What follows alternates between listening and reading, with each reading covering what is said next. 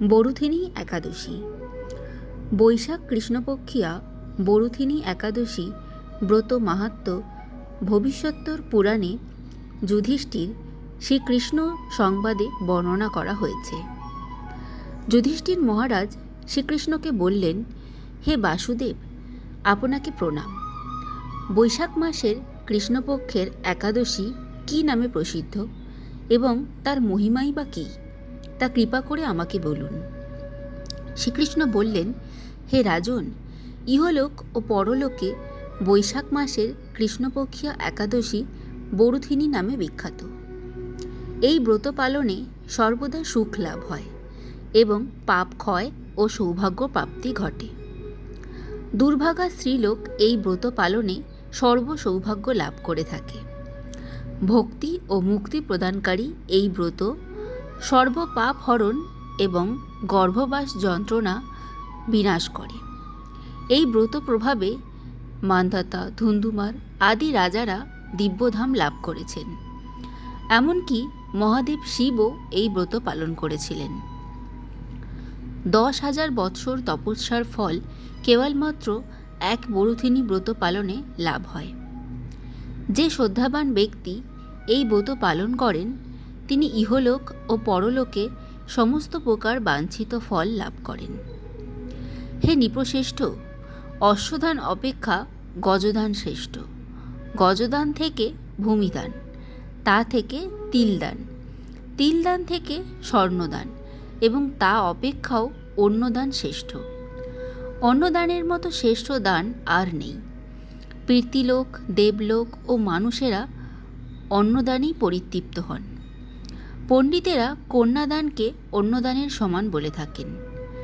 স্বয়ং ভগবান গোদানকে অন্নদানের সমান বলেছেন।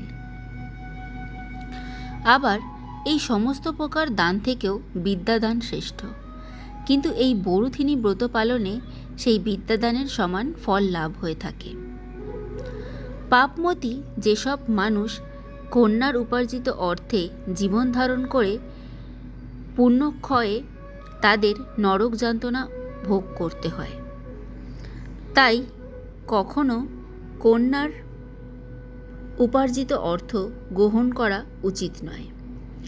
যে ব্যক্তি বিভিন্ন স্বর্ণালঙ্কার সহ কন্যাদান করেন তার পুণ্যের হিসাব স্বয়ং চিত্রগুপ্ত করতে অসমর্থ হন। কিন্তু বরুথিনী ব্রত পালনকারী কন্যাদান থেকেও বেশি ফল লাভ করে। ব্রতকারী ব্যক্তি দশমীর দিনে কাঁসার পাত্রে ভোজন, মাংস, মসুর, ছোলা, শাক, মধু, অন্যের প্রদত্ত অন্ন গ্রহণ, 2 বার আহার ও মৈথুন পরিত্যাগ করবে। দ্রুতক্রিয়া, নেশাজাতীয় দ্রব্য, দিবানিদ্রা, পরনিন্দা, পরচর্চা, প্রতারণা, চুরি, হিংসা, মৈথুন, ক্রোধ ও মিথ্যা বাক্য একাদশীর দিনে বর্জনীয়। কাঁসার পাত্রে ভোজন, মাংস, মসুর, মধু, তেল, মিথ্যা ভাষণ, ব্যায়াম, 2 বার আহার ও মৈথুন এইসব দ্বাদশীর দিনে পরিত্যাজ্য। হে রাজন, এই বিধি অনুসারে বরুথিনী ব্রত পালনে সকল প্রকার পাপের বিনাশ এবং অক্ষয় গতি লাভ হয়। যিনি হরিবাসরে রাত্রি জাগরণ করে ভগবান জনার্দনের পূজা করেন তিনি সর্বপাপ মুক্ত হয়ে পরম গতি লাভ করেন। তাই সূর্যপুত্র যমরাজের যাতনা থেকে পরিত্রাণের জন্য পরম যত্নে এই একাদশী ব্রত পালন করা কর্তব্য।